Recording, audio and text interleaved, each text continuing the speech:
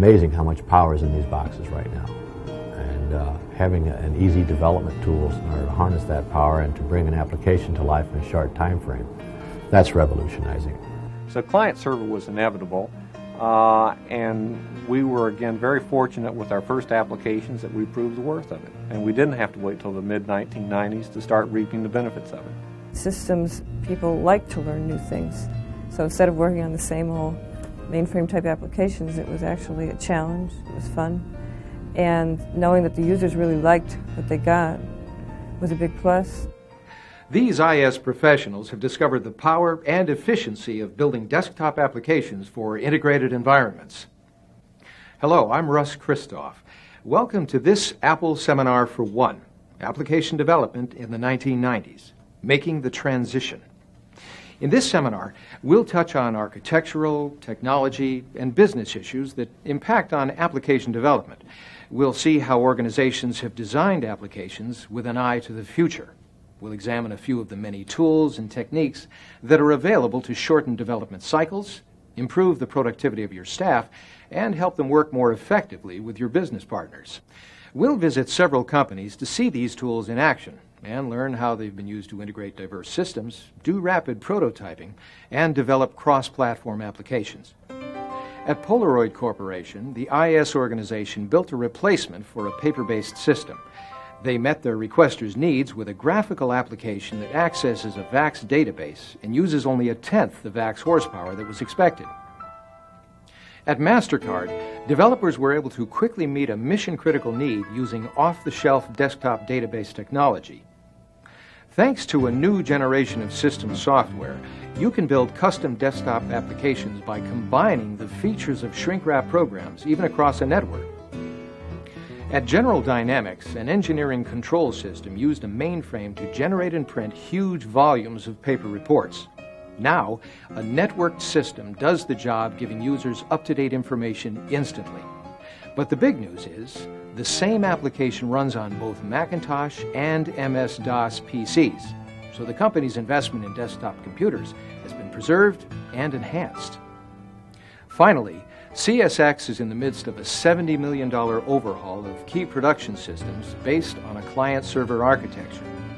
It's a major commitment to a new way of doing things.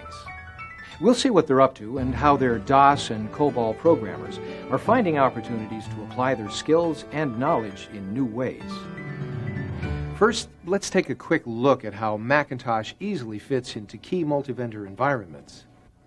It interoperates with local area networks including Novell, LAN Manager, IBM LAN Server, and Banyan. With IBM host and mid-range systems, the VAX family and DECnet OSI, and with multi-vendor TCP/IP networks. It smoothly integrates with major databases running on IBM, VAX, and other host systems to leverage your investment in host data. With Macintosh technology, you can emulate a terminal session or add front-end software or frontware to put a graphical interface on host applications. And you can use spreadsheets and other desktop software to transparently access SQL databases on host systems. You can insert a DOS diskette in Macintosh and read and write to DOS files. And with optional software, you can emulate DOS applications. Or you can use the Macintosh version of popular DOS applications like Lotus 123 or DBase 4.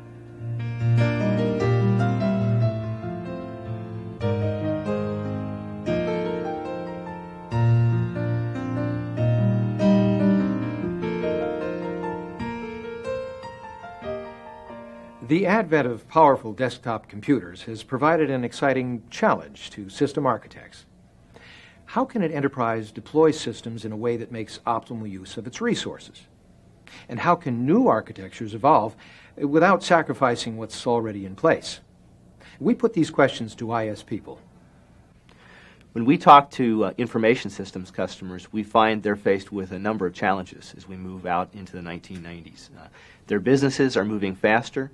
There's more and more demand for flexibility in that business and in the applications that they build. Time to market and therefore time to applications deployment is critical. And at the same time, they've got a legacy of existing systems that are already installed, existing programming staffs that they've got to deal with. All this in the midst of a major transition to client-server computing, where the devices on desktops are no longer dumb terminals, but personal computers. Charles Farrell is a systems strategist with Motorola Semiconductor and was formerly MIS director for the U.S. chip producers consortium Semitech.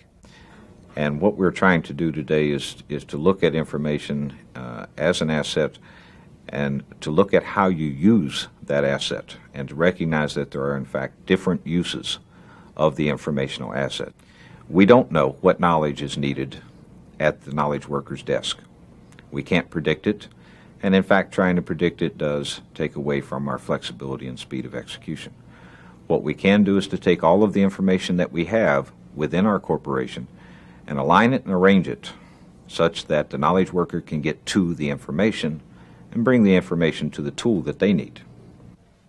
Lonnie Spund is a distinguished computer scientist with 10 years as a technology and business leader in finance and manufacturing. Dr. Spund led the 100-person team that designed Apple's internal systems architecture. In order to evolve to this preferred environment by 1995, we're going to have an evolutionary path. To do that, we're going to have a framework that allows us to build systems and buy systems that can be put together and virtually integrated. That is the technical architecture that we've come up with to drive ourselves into the 90s and give ourselves clear direction. We can modularize the components of these systems so that they can operate independently on different mainframes, different boxes, through a message-based architecture. That message-based architecture allows me, for example, to put data access and update to these operational databases on special database boxes that are highly tuned for that kind of workload. I can have my number crunching done on big mainframes that love to do number crunching, and I can do my routing and network management on machines that are custom built for that. That gives me the adaptability I need to move these around, and it also gives me that scalability. Now, that's how I build these enterprise systems here. But part and parcel of that is how I build the desktop component of that. Because what I want to do is I want to make sure that this desktop spends most of its time supporting you, getting you the data, letting your application on the desktop do validation to get that data as cleanly scrubbed as possible. It's because the desktop can both be used to massively reduce the interrupt-laden work that a mainframe doesn't like to do, but also to do a dramatic amount of decision support analysis that otherwise we'd have to have the mainframe doing. Application development, as we've known it for the last 20 years, is going to change dramatically. It will really be very much like going into your garage and pulling out the Craftsman tool set and defining which set of tools you want to use on this problem this time.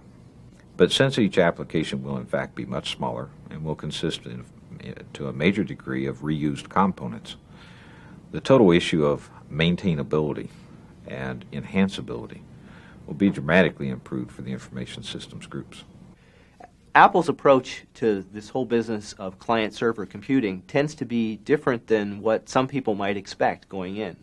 Given Apple's historical position as a personal computing company, people might tend to expect us to be revolutionary with the message that you ought to throw out mainframes and mini computers and concentrate all your data processing on PCs and PC LANs. In fact, our approach is exactly the opposite.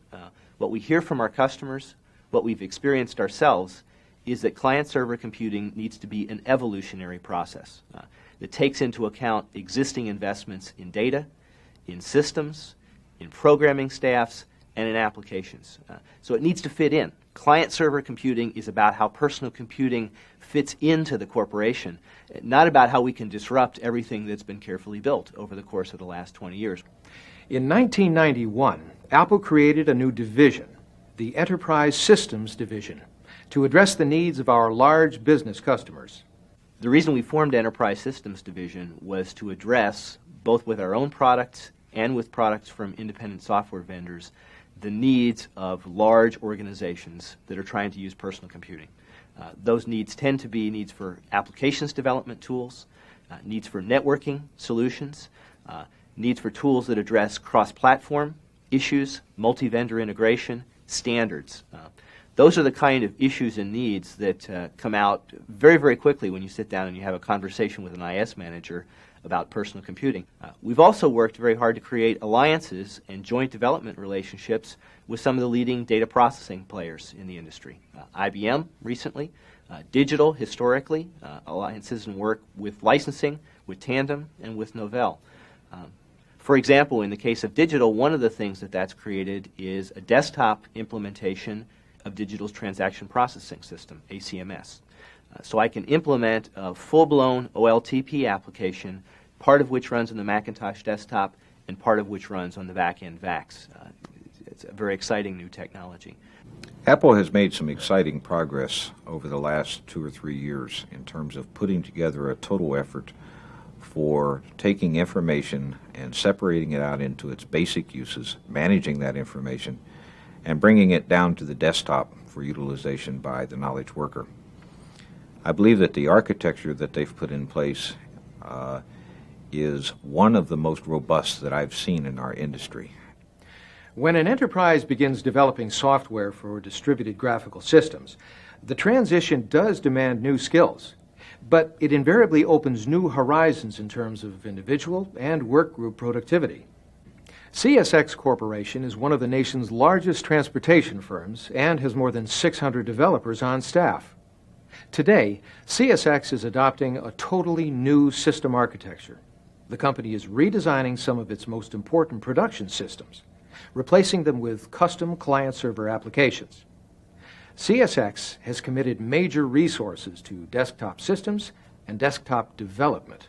We've moved to client-server because we can get our systems out the door faster, and we think in the long term it's going to be much more cost-effective. We can have MIPS at the desktop for 1/10 of the cost that we can on the mainframe. With the Mac, we can network to the resources that we need. And what we found is projects today that we're doing with client-server and doing with the Mac, probably the same dollar value as the systems we were putting together in the 1980s, but we're able to shorten that time to market. We're able to accelerate those benefits, and we're able to implement changes to these systems a lot faster than what we were able to do in the past. We've also made it an easy entry from our previously COBOL mainframe programmers to get involved with Mac technology. And in fact, that transition's gone very well. So we've spent really a lot of time and placed a premium on training individuals. I was a COBOL programmer for 4.5 years, and now I'm strictly an analyst. Most COBOL programmers have experience in both the analytical area as well as programming. And because of that, it makes sense to put them in the analytical role versus a programmer role when being moved from a mainframe environment to a Mac environment. There is life after COBOL.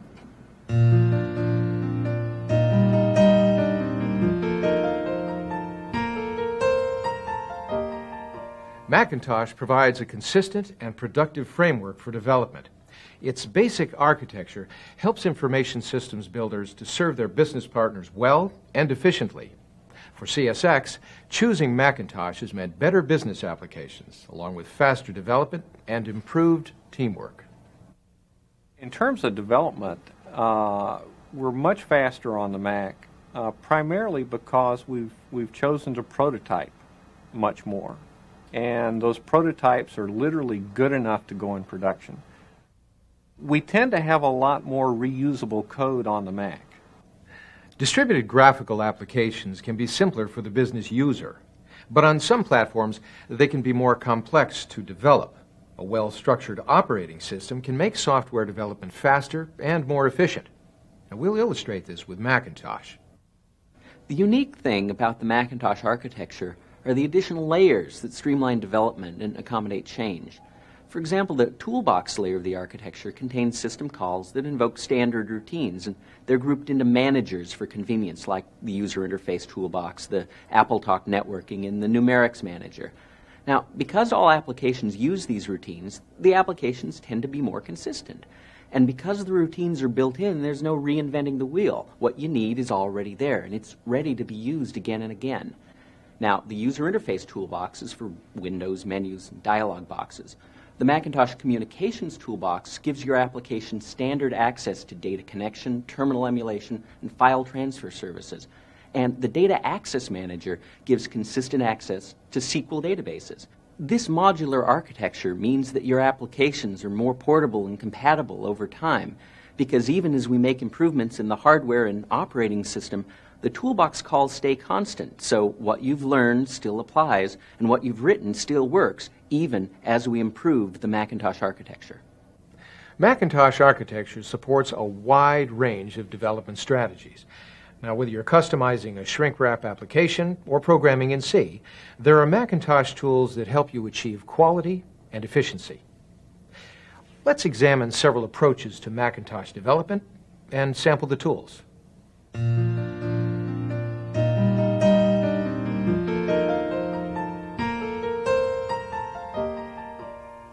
Some development organizations are adopting object-oriented programming, partly because it makes it easy to reuse proven code. A good example of the principles of object-oriented programming is HyperCard. HyperCard is among the best-known tools for rapid development. It provides a labor-saving adjunct to traditional source coding. And HyperCard is ideal for applications that involve multiple sources or multiple types of information. HyperCard gives you a range of graphical and traditional programming options and uses the English-like HyperTalk language. When Polaroid Corporation decided to replace a paper system in customer service, IS managers faced the challenge of improving customer service and employee satisfaction while minimizing IS costs. Developers used HyperCard and DAL, Data Access Language, to create an intelligent front end to VAX databases. Now, Polaroid's customer service reps generate host queries graphically. The IS community at Polaroid had a couple of concerns about going with a Macintosh solution. One was supporting another platform. We did not have Macintoshes in IS applications. And secondly was the load upon the central VAX. Developers used HyperCard to provide a graphical front end. DAL transparently linked the Macintosh systems with Ingress databases running on VAX. A plus with DAL was that a HyperCard programmer who doesn't know a lot about Ingress databases could code statements that would enable us to send information to the VAX without having to be really a database expert. There was a learning curve on Ingress also, but DAL made bridging the gap easier. I think HyperCard is very powerful and it produces a very professional, good-looking screen user interface. It's extremely flexible. I can do whatever I want with it. Because HyperCard supports rapid prototyping, it can help developers and users work together to solve business problems. It's been fairly easy to make changes based on the user's requests. I will give them one version of a HyperCard stack and they use it for a while and they give me feedback and I see what I can do to satisfy their request. In the past I was more part of the enemy camp in a way, giving people systems that they were forced to use. And now I feel more like just a business partner and I'm just handing over things that they want to use.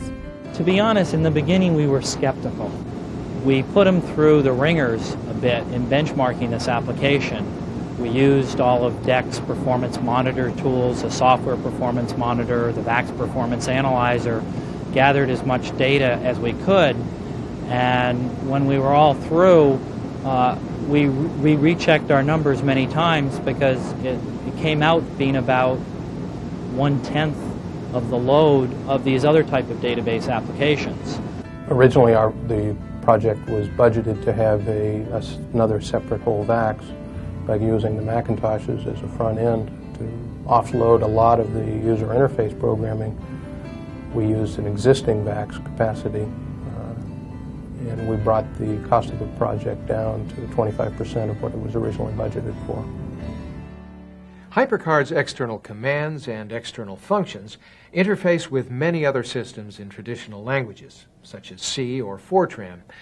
They make it possible for developers to use their skills with other languages, and they also allow you to reuse existing applications code, algorithms, models, and the like, in graphical desktop environments.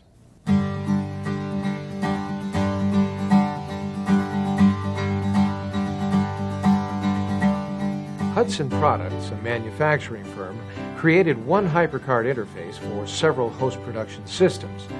They used X commands to speed the development process. All of our engineering and design programs that we've used historically were done in Fortran. That's what every engineer knew and wrote programs in. We've taken them and recompiled them and made them X commands for Fortran. Some of them, they get called by Fortran. But they enter the data into a HyperCard stack, and then that is fed to the Fortran program. It does its calculations and returns answers into the HyperCard program.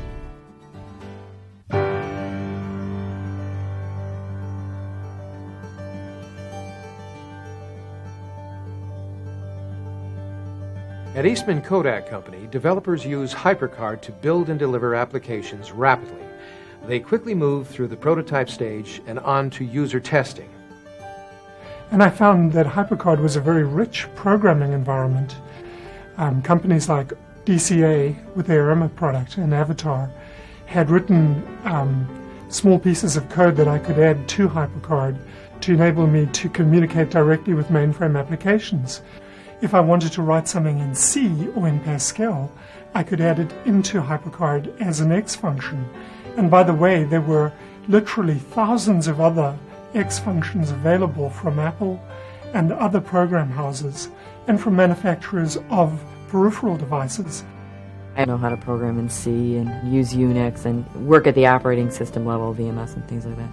And I kind of like the higher level tools better. They give you the capability to be more creative and not worry so much about the grunt details of doing things, basically. Now with things like HyperCard, the tools are easy to use, then you don't have to spend as much time.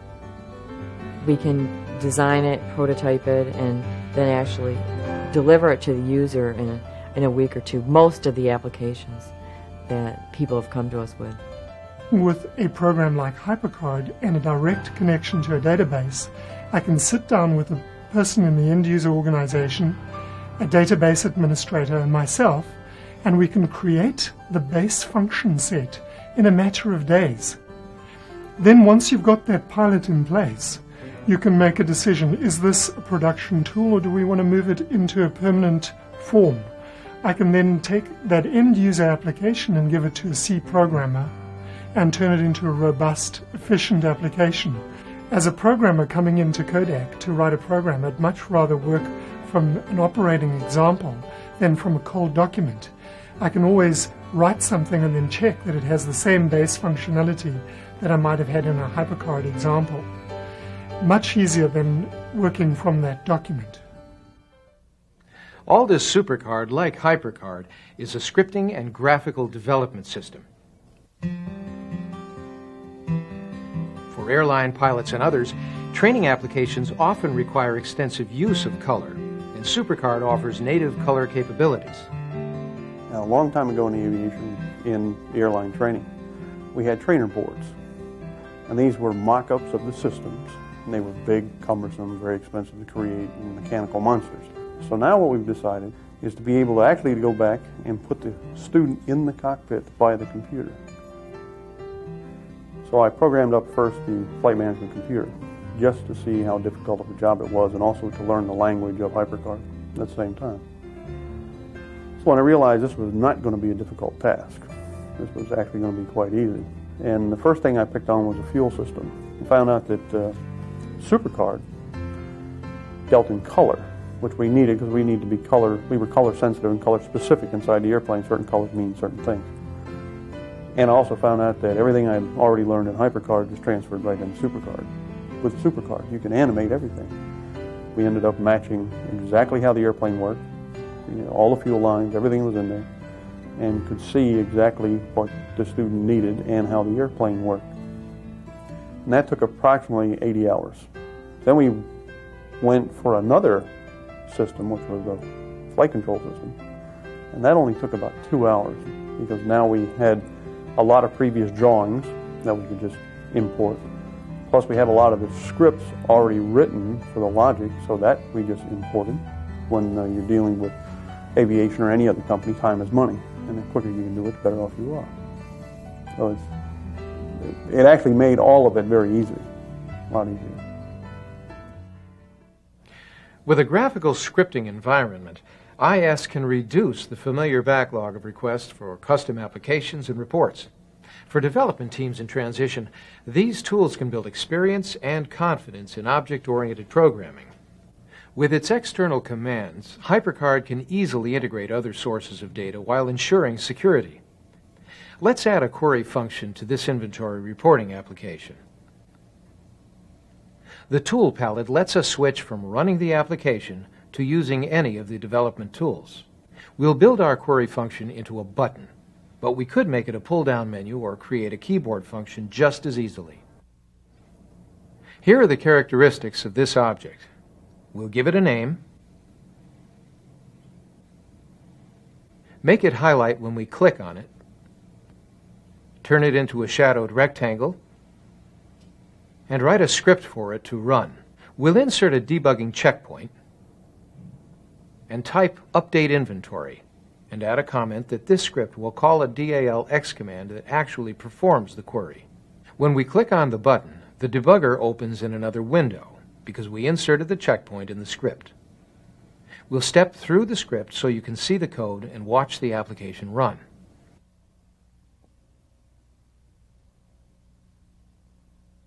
This single line of script displays a list of the queries we can execute.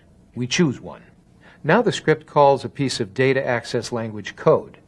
The DAL code is a reusable object, developed and tested much earlier by a DAL specialist. We don't need to write or debug this code for our new application. Now let's just let the application fill in the HyperCard data fields. HyperCard is frequently used for applications including graphical frontware that lets users integrate data from host applications, software that controls video, sound, and other multimedia devices, training programs, help utilities, and other types of user interactive software, and prototypes that help you test ideas and collaborate with users. The HyperCard 2.0 Development Kit is available from Claris Corporation.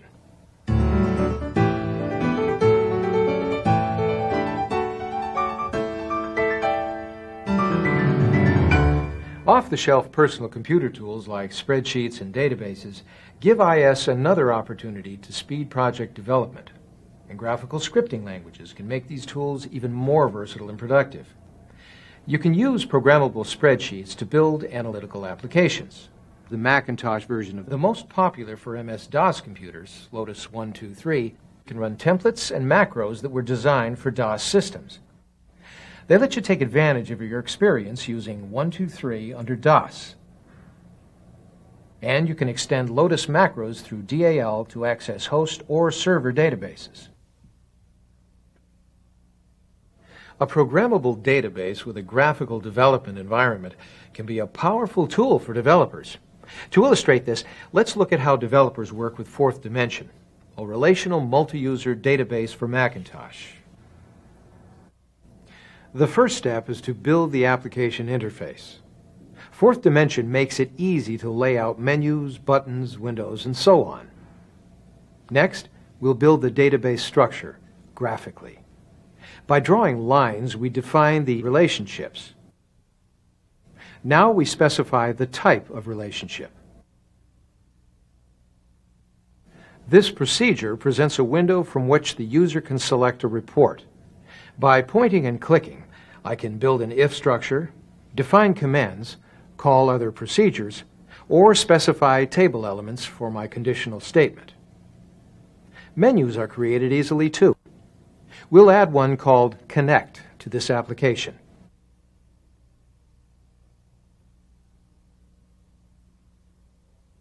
We'll put an item Log On under this menu, and tell it what function to perform when a user chooses this item. In addition to the graphical menu choice, we want to give users the option of a keyboard command. We'll use L. Notice that the menu appears immediately. You don't have to wait to compile and test the application before you see the results of your work. Fourth Dimension gives you an interactive graphical way to build a database application. MasterCard lost stolen. This is Melissa. How may I help you? When customers of MasterCard International call to report lost or stolen credit cards, service must be prompt, accurate, and complete. It's one of the few times MasterCard customers phone the company. To support customer service reps at MasterCard, developers replaced a paper system with a multi-user database that runs on a local area network. Their solution is based on Fourth Dimension. We promised that we could deliver that system within 6 months. And at the time, the mainframe people were looking at a year and a half. It was a two-person development team. Nobody in that team had ever developed an application on the Macintosh. So at the same time that they were learning the business as far as lost and stolen reporting and emergency card replacement were going, they were learning how to program on a Macintosh. A 4-month development time for even a major database like that on the Macintosh didn't surprise us at all, because once we've found out what the user wants, once we've drawn the screens in the database development environment, we've got most of the coding done. It's a combination prototyping, development, analysis, design, everything in the classic development methodology. You can, at a technical level, do as much as you want on the Macintosh. You can get down to Mac app level programming. If you like C, you can do anything you want in C on the Macintosh. If you want to just do your job, whether it involves spreadsheets, whether it involves even programming, database development, you don't have to worry about the DOS commands. You don't have to worry about JCL on the mainframe, anything like that. All of that interface takes care of itself. Look, using the Macintosh and the tools I had available to me, I could make changes on the fly that was scary to a person who had spent a lot of time in the mainframe world or even in a mini computer. The definite advantage we found with the Macintosh was the fact that we could build a whole application on a desktop and have more than one user actually partake of that app or participate in that application without spending 6 months to a year development time on it.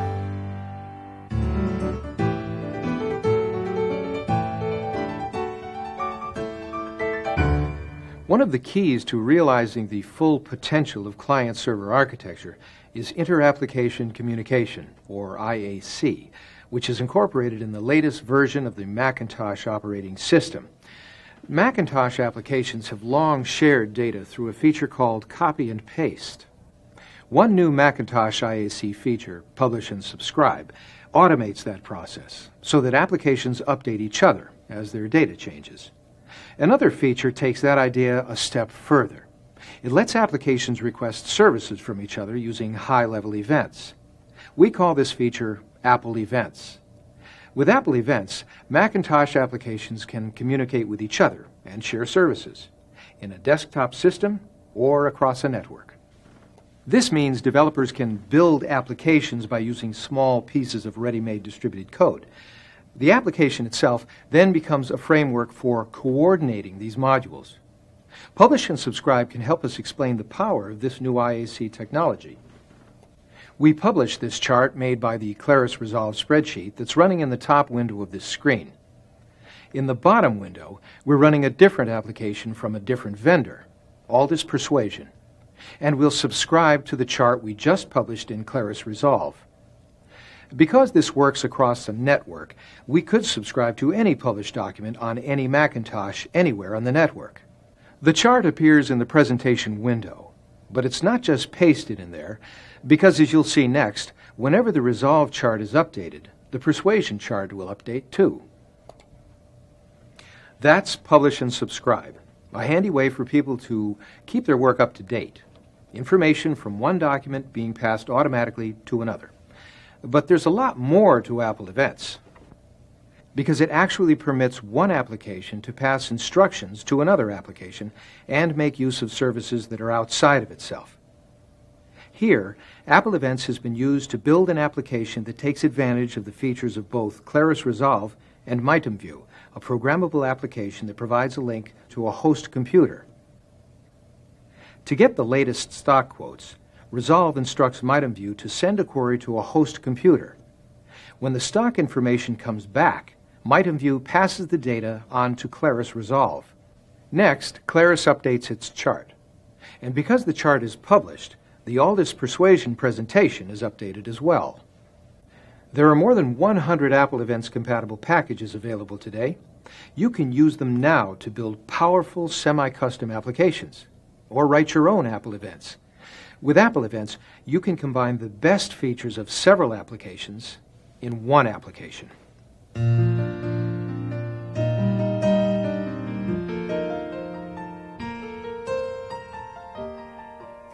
To address the challenge of cross-platform development, some organizations have adopted Unix as a standard. One of the most important requests that we're hearing more and more from our largest customers is a request for open systems and standards. Those customers see open systems and standards as the way they're going to solve the multi-vendor integration problem as we move through the 90s. The good news there is that Apple has an excellent open systems foundation in our AUX product. This is an operating system that combines the best of what Unix has to offer with the best of the Macintosh operating system in a single package. AUX is Unix. It's a full-blown Unix implementation. But on top of that Unix-based environment, we've brought across the Macintosh toolbox and the Finder.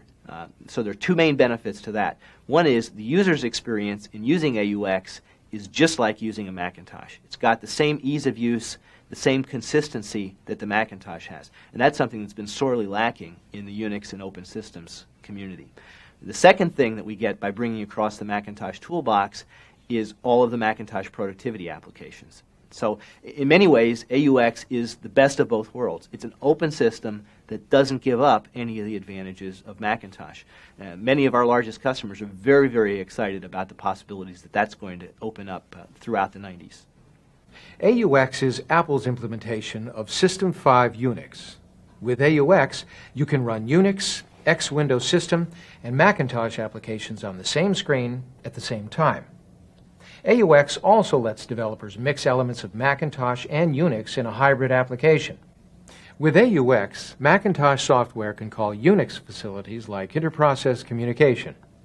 And on AUX, you can develop a Unix application that can be easily ported to other Unix systems. With AUX developers' tools, you can build Macintosh, Unix, and X Windows System applications. Whether you're working with high-level tools, object-oriented environments, or programming in C, there are many tools that let you leverage development across multiple platforms.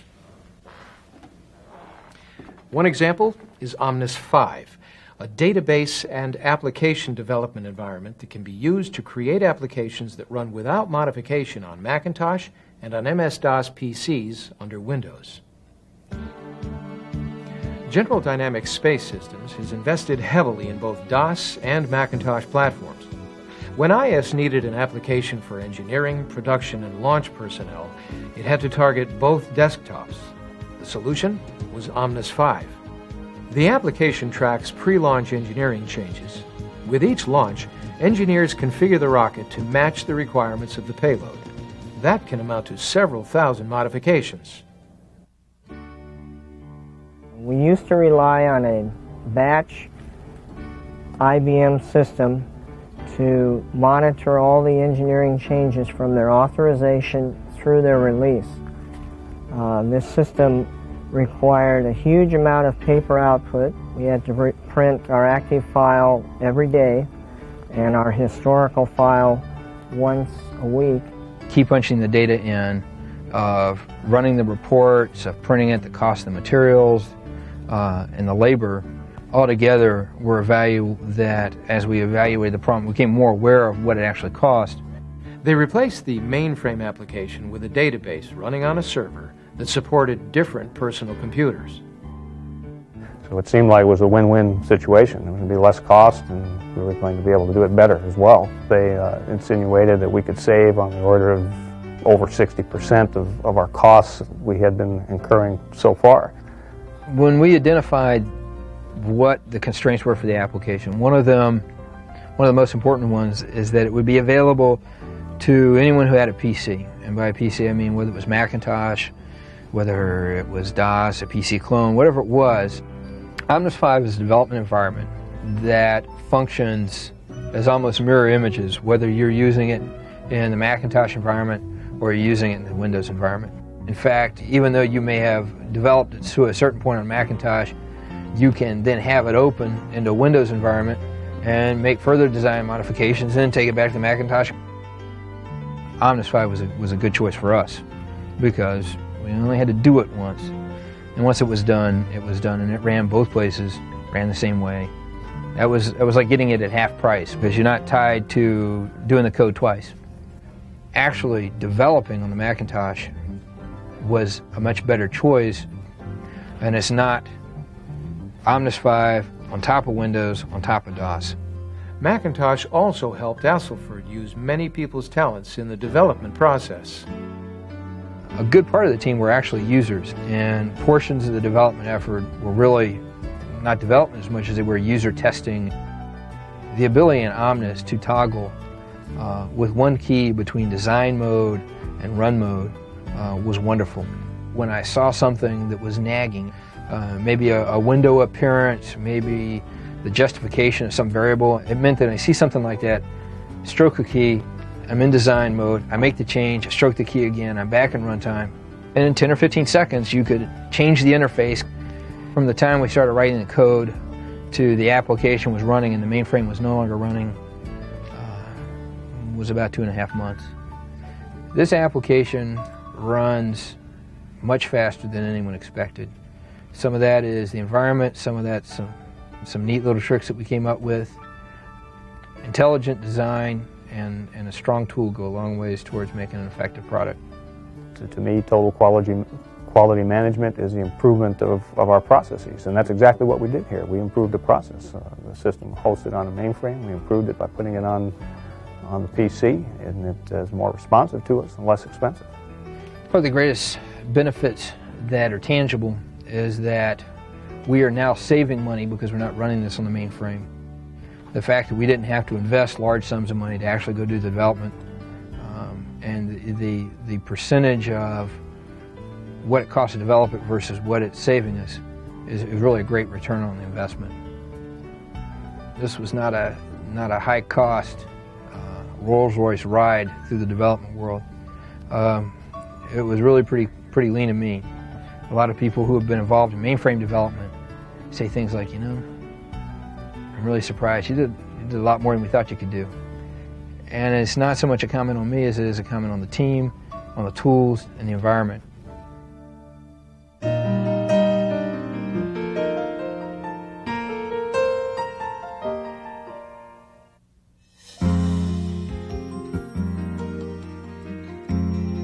CSX Corporation operates the nation's largest railroad.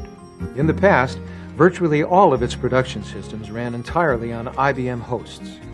But with more power available at the desktop, CSX has made a major commitment to applications based on client-server architecture. And with desktop tools, CSX developers are making big gains in productivity. Our first system actually with the Macintosh was an image processing system. Previously, it was all paper-based systems in terms of the customer faxing us what they call a bill of lading or a shipping purchase order, and then we'd enter them into our mainframe systems. But what we wanted to do is have a paperless operation, to take those faxed images and centralize them at our customer service center here in Jacksonville, Florida. We spent 3 months with 3 of our developers who literally had no Mac experience before putting together our image processing system. And it was a big win. In fact, it went so fast it scared us. When our developers first got involved, the first thing they learned was MPW, and the application itself was developed in C++. MPW is a complete and extensible development environment that includes Projector, a powerful utility for source code version control. I have to say that using MPW has brought us kind of up to date as far as code sharing using Projector. We really didn't have much of a source code management scheme until we got into MPW. It also allows you to integrate your own tools, so it is completely extensible. It lets you customize your development environment. Productivity on the Mac. I think it's tightly related to MPW. I don't think there's anything as integrated for DOS programming as MPW. I think the best good news to us in this development environment was that we were especially able to really leverage the talents of our senior analysts. We were able to bring them into this development environment. They're able to take a lead role, and it's been very, very successful. CSX has rapidly developed a series of applications that use the Macintosh client to leverage data residing in IBM and VAX hosts. Power management is another one of the applications, part of the family of transportation operations systems. It's a system that we use to allocate locomotives to individual trains. And it very much leverages the graphical capabilities of the workstation with maps and charts and graphs and so forth. Anytime we can improve the utilization of locomotives by as little as 1%, it means $8 million to the bottom line. After we went through image processing and customer service, we had another need, and it was different, but we thought we could do it the same way. At our field locations, we have to check the trains. We have to look at the order that the cars are in. We had cameras out in the field where we could use them to digitize still frames of each one of the cars on the train. And we had the workstation technology and the server strategy that we think would tie everything together. Originally, video verification was done on a PC, and what we had to do was have two PCs. So one to display the image and the other one to display the mainframe data. And what we wanted to do was integrate that into one system, one display. Going to the Mac gave us a graphical environment at the system level, so the operating system manages a lot of the things we would have had to write on the DOS platform. The tools we used Mac App Development, Object Development Library. Gave us a lot of things built in we didn't have to write ourselves. It made putting the digitized images on the screen very simple. Mac App basically provides functionality that you would normally have to write yourself. It's a generic application. All you have to do is code in the things that are different. You don't have to code the whole functionality over again. And it makes reusing code very simple. So if you base everything on the Mac App objects and the standard interface, you're pretty much guaranteed to be up to date when the new operating system comes out. Macintosh tools have enhanced collaboration between developers and end users. What we do with the Mac is we literally get the end user that's going to use this system together with the developers, and they spend some time on the prototype. Frequently what we're finding is that prototype becomes release one of the production software, and then we just add on to it over time. There is no prototyping in the mainframe environment, whereas in the Mac environment you have the tools necessary to do that. I can't say enough good things about prototyping, because after you get the requirements from the user, then you're able to go take those requirements and build an application, and you're able to show the user, now this is what you've asked for, is this really what you want? The Macintosh has not only changed the way we deliver systems to the end user, but it's also changed the entire development process. The developer is able to keep their project plans on their workstation as well as develop. They're able to communicate with other members of the team and combine the various portions of a project much more quickly than what they were able to do before. When it comes to building applications from the ground up, Apple development tools offer power and flexibility. MPW, Macintosh Programmer's Workshop, combines easy-to-use Macintosh features with a Unix-like development environment. The MPW development shell provides a powerful text editor, compilers, and debuggers, and it supports your own custom tools. MPW includes Projector, a sophisticated version control system designed for workgroups. We've been working on these files. Jordan has checked out this file, so I can't access it right now. I'll check out another file, which will be copied to my hard disk so I can open it like any other file. And there it is.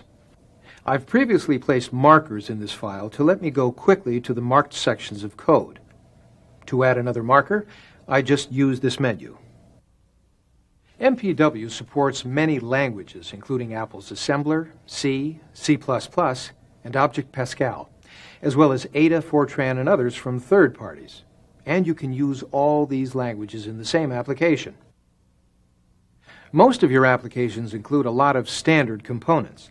This is true of Macintosh software, which contains basic repeated units, such as interface elements, like windows, menus, buttons, and so on, or features like event handling, file retrieval, and communications. To help you reuse these standard bits of code, Apple developed Mac App. We'll create a resource that our application can call. We choose the kind of object we want from a menu of all the usual interface objects. We'll choose a scrolling window resource. The code behind every object in the Mac App library has been tested and used many times. We'll need a scroll bar, so we simply choose that object and place it on the screen. Building it with prefabricated code saves time and avoids common errors, such as syntax problems. Once that's done, we set its parameters and variables by entering them here. The reusable code in this scroll bar belongs to the object class tscrollbar. Here's the family tree of the object tscrollbar, showing us the family of objects from which it inherits attributes, behaviors, and code. This object represents thousands of lines of ready-to-use code. At compile time, the source code for this class of object becomes a part of the application. Mac App gives you code that's correct, code that's been developed by Apple's own engineers. Mac App helps you create a consistent Macintosh interface, along with the elements and behaviors of a Macintosh application, Apple events, print routines, streaming, error and exception handling, and so on. You only code in things unique to your application.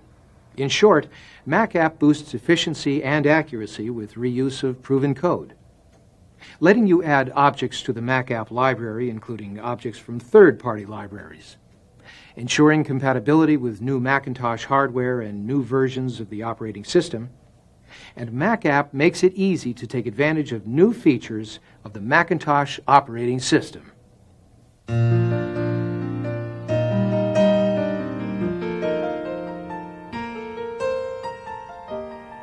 We hope you've enjoyed this seminar, and we look forward to being with you again. In the meantime, we hope you'll share this tape with colleagues who would like to know more about the techniques and tools for developing client-server applications. We add no value to the company by knowing the gory details of Ethernet, DECnet, file transfer, connectivity, and all the technical details that we love to get involved in. The bottom line is getting usable applications that provide decision support and real business benefit to our customers. And if we can do that with a desktop and with tools that let our users do that, then we're a lot better off as a company. It is a win-win-win situation. The concerns of the MIS community were met, and now it's one of the better perceived solutions within the IS arsenal, if you will, at Polaroid. Today I can sit with an end user and help them get the data they want in the form that they want. That's a very good win-win situation. You have a happy client, a happy person who's making money, feels supported. The advice we give to other companies when they come in is change is inevitable, and you can either get run over by it or you can manage it. And we've chosen to manage it, and we think we've chosen the right technology and the right approach to manage it and position ourselves for the mid-1990s.